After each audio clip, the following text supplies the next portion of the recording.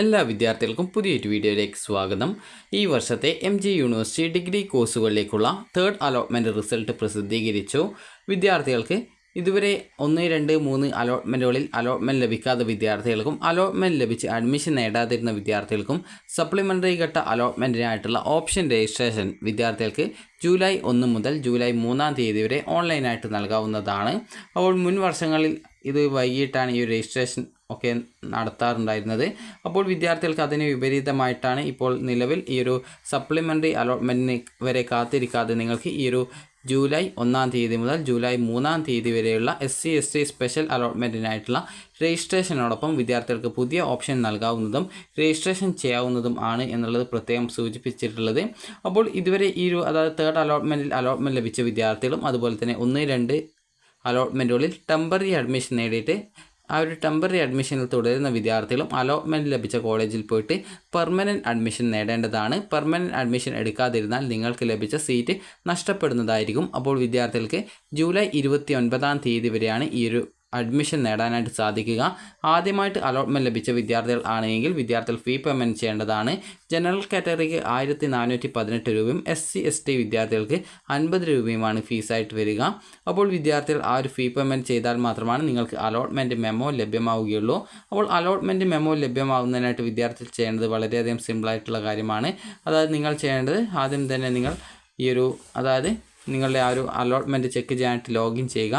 Login ചെയ്ത് നിങ്ങൾക്ക് allotment കിട്ടിയിട്ടുണ്ടോ എന്നുള്ള കാര്യം ചെക്ക് ചെയ്യുക. ചെക്ക് ചെയ്ത് നിങ്ങൾക്ക് അലോട്ട്മെൻറ്റ് ലഭിച്ചിട്ടുണ്ടെങ്കിൽ ഓൺലൈൻ പേയ്മെൻറ്റ് ഗേറ്റ്വേ എന്നുള്ളൊരു ഓപ്ഷൻ കാണാൻ സാധിക്കും. ഒരു ബട്ടൺ കാണാൻ പറ്റും.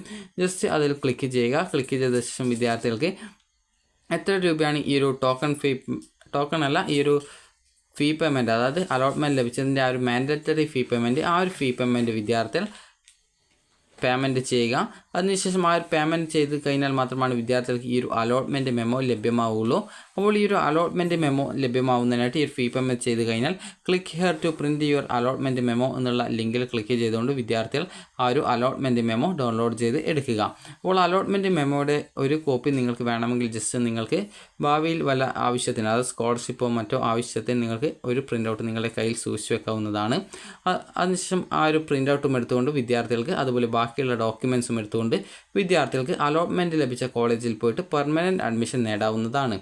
ഇനി വിദ്യാർത്ഥികൾ ശ്രദ്ധിക്കേണ്ടത് ഈ ഒരു 29 തീയതിക്ക് അതിന് മുൻപായിട്ട് വിദ്യാർത്ഥികൾ അഡ്മിഷൻ എടുക്കാതിരുന്നാൽ നിങ്ങൾക്ക് ലഭിച്ച അലോട്ട്മെൻറ്റ്, അത് നിലവിൽ ലഭിക്കുന്ന അലോട്ട്മെൻറ്റ് ക്യാൻസൽ ആവുന്നതായിരിക്കും. അതുപോലെ തന്നെ വിദ്യാർത്ഥികൾക്ക് 29 തീയതി വൈകിട്ട് 4 മണി വരെയാണ് അഡ്മിഷൻ നേടാനായിട്ട് സാധിക്കുക. അതുപോലെ ഇതുവരെ ടെമ്പററി അഡ്മിഷനിൽ തുടരുന്ന വിദ്യാർത്ഥികളും തേർഡ് അലോട്ട്മെൻറ്റിൽ ആദ്യമായിട്ടോ അല്ലെങ്കിൽ മുൻ അലോട്ട്മെൻറ്റിന് ശേഷം ഈ ഒരു തേർഡ് അലോട്ട്മെൻറ്റിൽ പുതിയൊരു കോളേജിലേക്ക് അലോട്ട്മെൻറ്റ് കിട്ടുകയോ ചെയ്ത വിദ്യാർത്ഥികൾ 29 തീയതി വൈകുന്നേരം 4 മണിക്ക് മുമ്പായിട്ട് പെർമനൻറ്റ് അഡ്മിഷൻ നേടേണ്ടതാണ്. ഇനി വിദ്യാർത്ഥികൾ ശ്രദ്ധിക്കേണ്ട പ്രധാനപ്പെട്ട കാര്യം, നിങ്ങൾ അഡ്മിഷന് പോകുന്ന സമയത്ത് എന്തൊക്കെ ഡോക്യുമെൻറ്റുകൾ എടുക്കണം എന്നുള്ളതാണ്. അപ്പോൾ അഡ്മിഷന് പോകുന്ന സമയത്ത് അലോട്ട്മെൻറ്റ് മെമ്മോ, അതുപോലെ തന്നെ ഡേറ്റ് ഓഫ് ബർത്ത് തെളിയിക്കുന്നതിനായിട്ടുള്ള ഡോക്യുമെൻറ്റ്, അത് SSLC സർട്ടിഫിക്കറ്റ് ഉപയോഗിക്കാൻ സാധിക്കും. അതുപോലെ തന്നെ നിങ്ങളുടെ TC, അതുപോലെ സ്വഭാവ സർട്ടിഫിക്കറ്റ്, അതുപോലെ +2 അല്ലെങ്കിൽ ഇക്വലൻ്റ് എക്സാമിൻ്റെ മാർക്ക് ലിസ്റ്റ്, അതുപോലെ തന്നെ നിങ്ങൾക്ക് ഈ ഒരു ഹയർ സെക്കൻഡറി അല്ലെങ്കിൽ HSC, VHSC, അതുപോലെ THSC, CBSE, CISE എന്നിങ്ങനെയുള്ളവയിൽ +2 കഴിഞ്ഞിട്ടുള്ള വിദ്യാർത്ഥികൾ ഒഴികെ ബാക്കിയുള്ള വിദ്യാർത്ഥികൾ, അതായത് ഇക്വലൻ്റ് ആയിട്ടുള്ള വിദ്യാർത്ഥികൾ ഈ ഒരു മഹാത്മാഗാന്ധി യൂണിവേഴ്സിറ്റി നൽകുന്ന എലിജിബിലിറ്റി സർട്ടിഫിക്കറ്റ് ഹാജരാക്കേണ്ടതാണ്.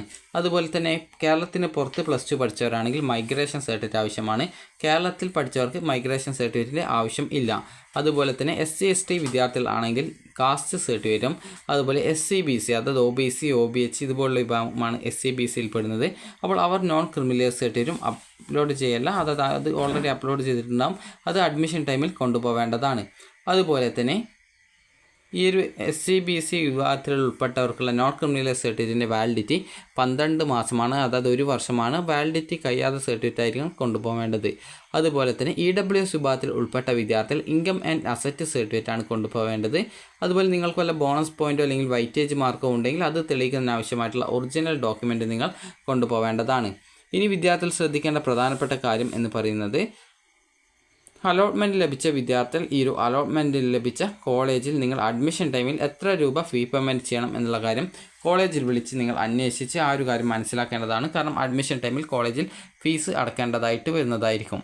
അതുപോലെ തന്നെ അത് നിങ്ങൾക്ക് സെൽഫ് ഫിനാൻസ് കോളേജൊക്കെയാണ് കിട്ടുന്നതെങ്കിൽ അതിനനുസരിച്ച് ഫീ പേയ്മെൻറ്റ് PTA ഫണ്ടൊക്കെ അടക്കേണ്ടതായിട്ട് വരുന്നതാണ്.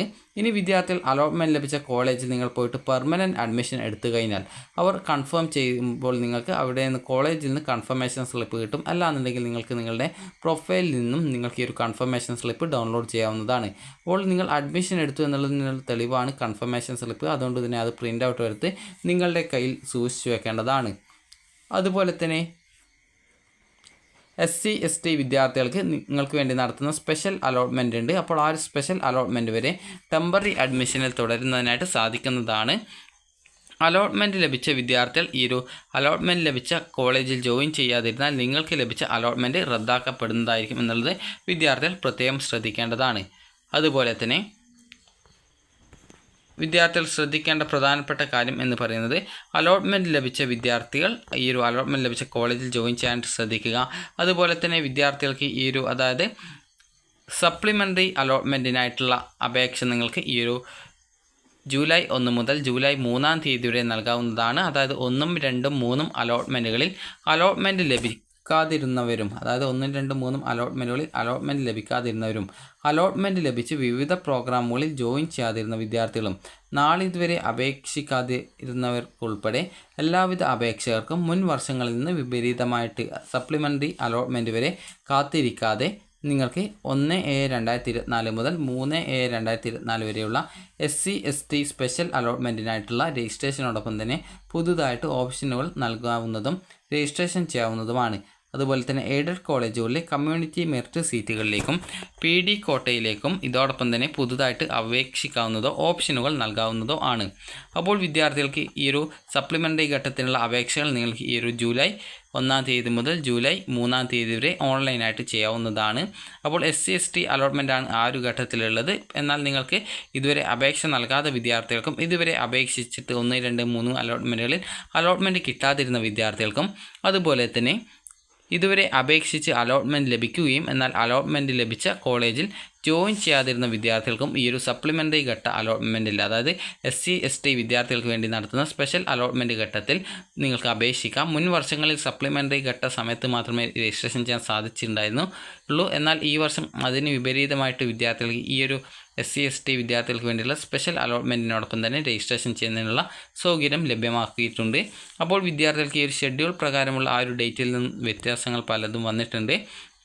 കാരണം ഈ ഒരു ഷെഡ്യൂൾ പ്രകാരം 28-ാം തീയതിയായിരുന്നു ഈ ഒരു തേർഡ് അലോട്ട്മെൻറ്റിൻ്റെ ഡേറ്റ് പറഞ്ഞിട്ടുണ്ടായിരുന്നത് എങ്കിലും ഇന്നാണ് അതായത് ഈ ഒരു എഡിറ്റിംഗ് ഓപ്ഷൻ ഉൾപ്പെടെ നൽകിക്കൊണ്ട് ഇന്ന് തന്നെയാണ് ഈ ഒരു തേർഡ് അലോട്ട്മെൻറ്റ് വന്നിട്ടുള്ളത്. അപ്പോൾ വിദ്യാർത്ഥികൾക്ക് ഈ ഒരു വീഡിയോ ഉപകാരപ്രദമായിട്ടുണ്ടെങ്കിൽ ലൈക്ക് ചെയ്യുക. അലോട്ട്മെൻറ്റ് ലഭിച്ച വിദ്യാർത്ഥികൾ അലോട്ട്മെൻറ്റ് ലഭിച്ച കോളേജിൽ പോയിട്ട് പെർമനൻറ്റ് അഡ്മിഷൻ നേടുക. ടെമ്പററി അഡ്മിഷൻ ഈ ഒരു ഘട്ടത്തിൽ ഉണ്ടായിരിക്കുന്നതല്ല. അപ്പോൾ ഈ ഒരു വീഡിയോ നിങ്ങൾക്ക് ഉപകാരപ്രദമായിട്ടുണ്ടെങ്കിൽ ലൈക്ക് ചെയ്യുക, ഷെയർ ചെയ്യുക. Thank you for watching.